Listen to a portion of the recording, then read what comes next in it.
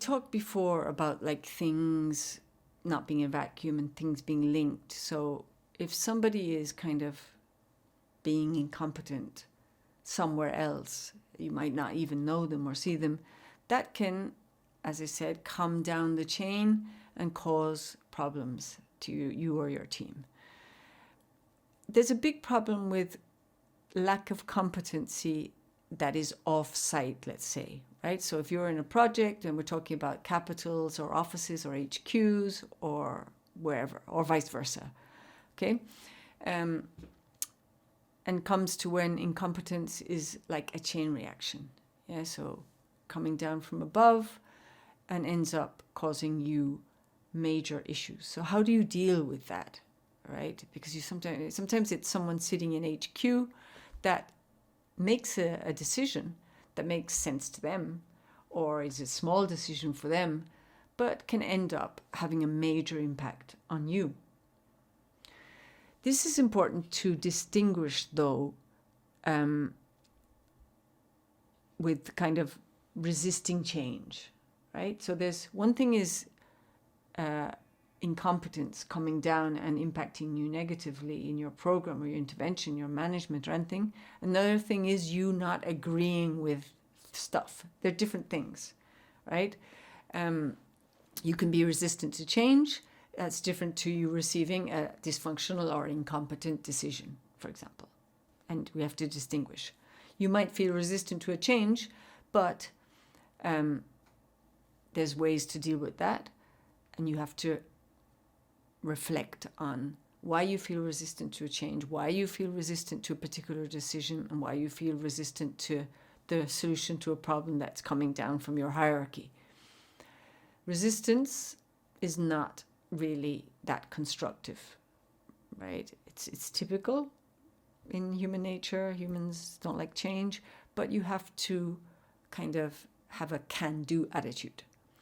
There are people who, and you will encounter them as a manager on your team, they're the most difficult to manage.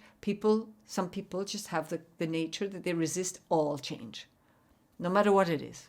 Yeah, even good changes. Yeah, these people are not, in my opinion, well suited to do humanitarian work, which is always in constant change. So that's one problem in recruitment as well, is they don't weed out, let's say, people who don't have a very adaptive nature, because resistance to change can cause a lot of problems. But this isn't a video about resistance to change.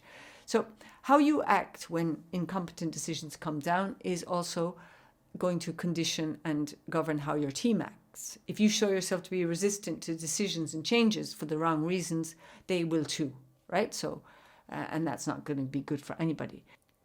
How to deal with that? When a decision that you don't agree with and that impacts you and your program or whatever negatively comes from above, analyze and understand and ask, first of all, for the rationale and logic of it.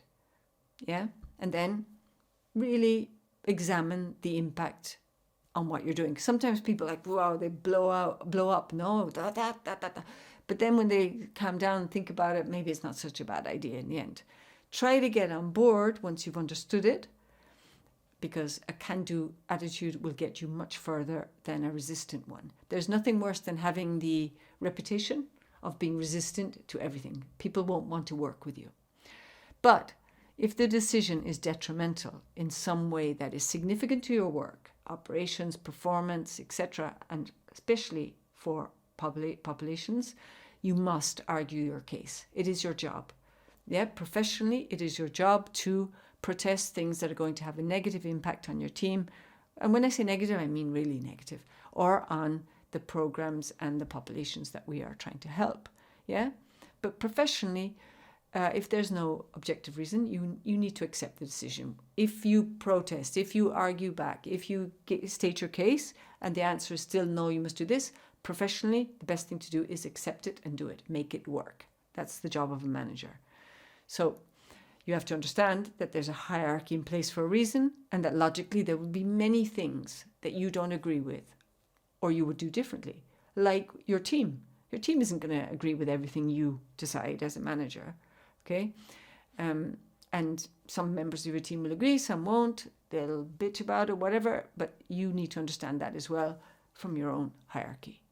Just because you don't agree with something doesn't mean you should not do it. Be professional.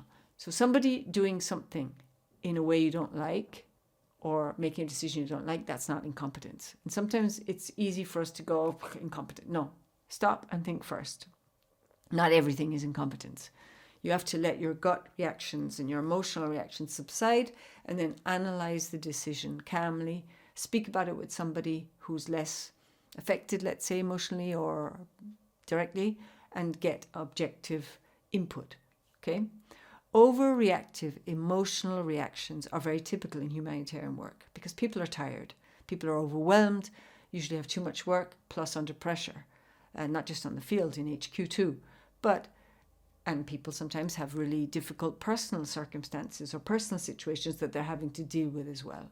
So being empathetic and being able to understand your teams and your hierarchies, situations, and put yourself in their shoes is, again, good emotional intelligence that will give you better management skills.